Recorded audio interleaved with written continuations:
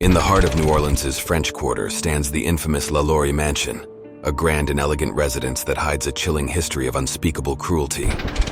The mansion was once the home of Madame Lalaurie, a prominent socialite in the early 19th century. On the surface, she appeared to be a refined and gracious woman, hosting extravagant parties and events. However, behind closed doors, she harbored a dark secret that would earn her a reputation as one of history's most sadistic serial killers. Madame Lalaurie was known for her beauty and charm, but rumors began to circulate about her treatment of her slaves.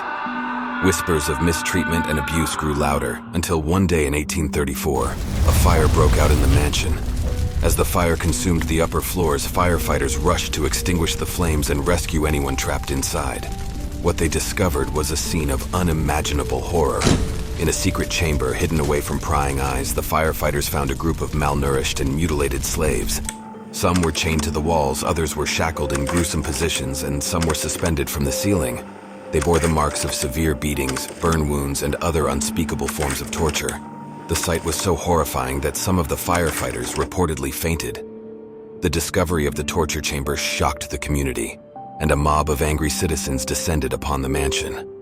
Madame Lalaurie and her husband managed to escape the mob's fury, but they were never seen again in New Orleans. Rumors circulated that they had fled to France, while others believed they met a grim fate at the hands of vigilantes seeking revenge. In the years that followed, the mansion gained a reputation as one of the most haunted places in New Orleans. Numerous reports of paranormal activity surfaced, from eerie footsteps to ghostly apparitions. Visitors claimed to hear the cries and screams of tortured souls emanating from the mansion's walls, as if the horrors of the past had left an indelible imprint on the building itself.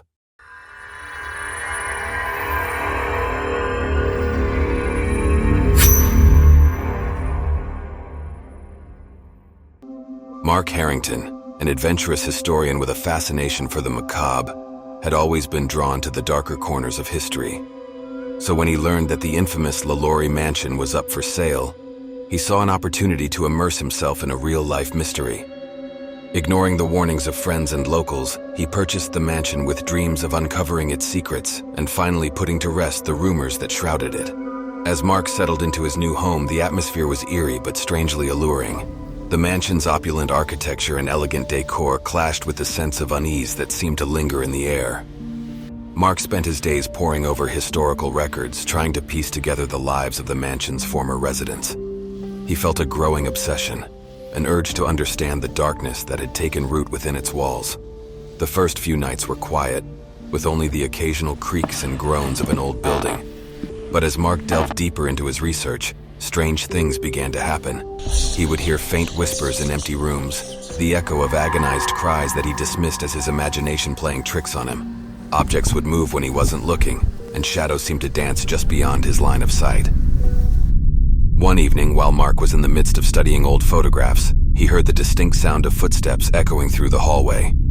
He was alone in the mansion, or so he thought. Heart pounding, he followed the sound, only to find the hallway empty.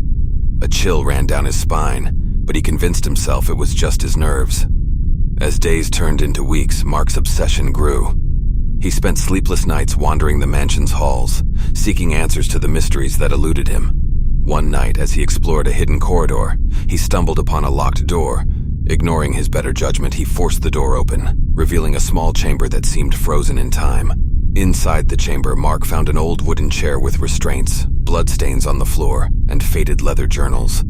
The journals were filled with disturbing accounts of pain, suffering, and sadistic experiments conducted by Madame Lalaurie herself.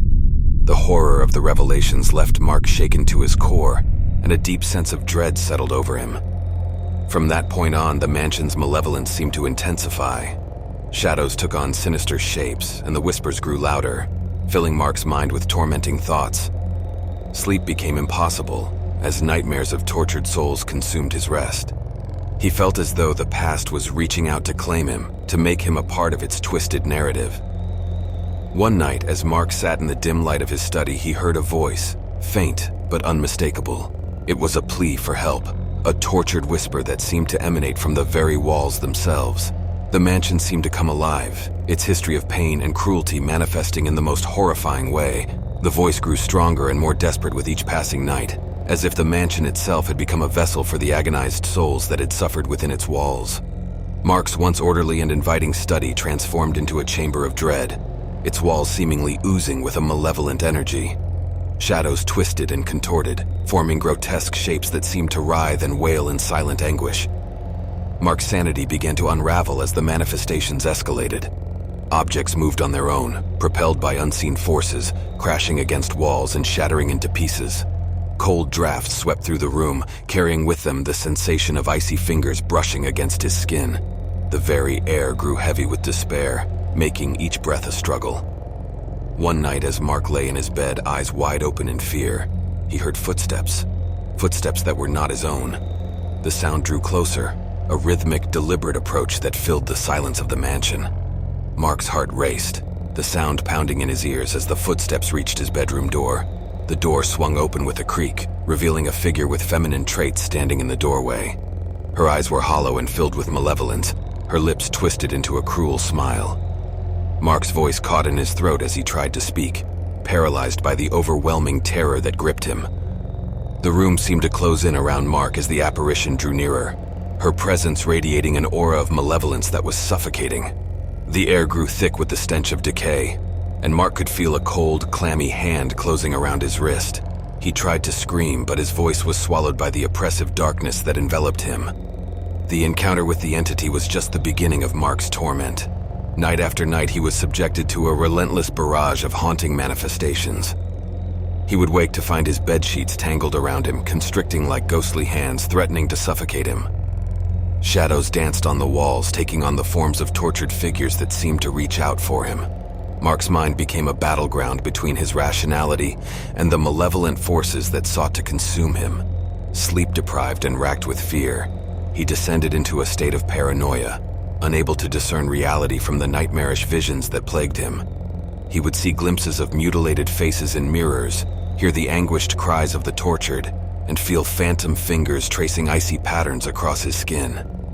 As days turned into nights and the horror grew unbearable, Mark's grasp on reality slipped further. He began to lose track of time, trapped in a never-ending cycle of torment. His pleas for help went unanswered, drowned out by the cacophony of suffering that surrounded him. In the end, Mark's psyche shattered under the weight of the mansion's malevolence. If you have enjoyed the video, press like and subscribe. New stories are about to come out.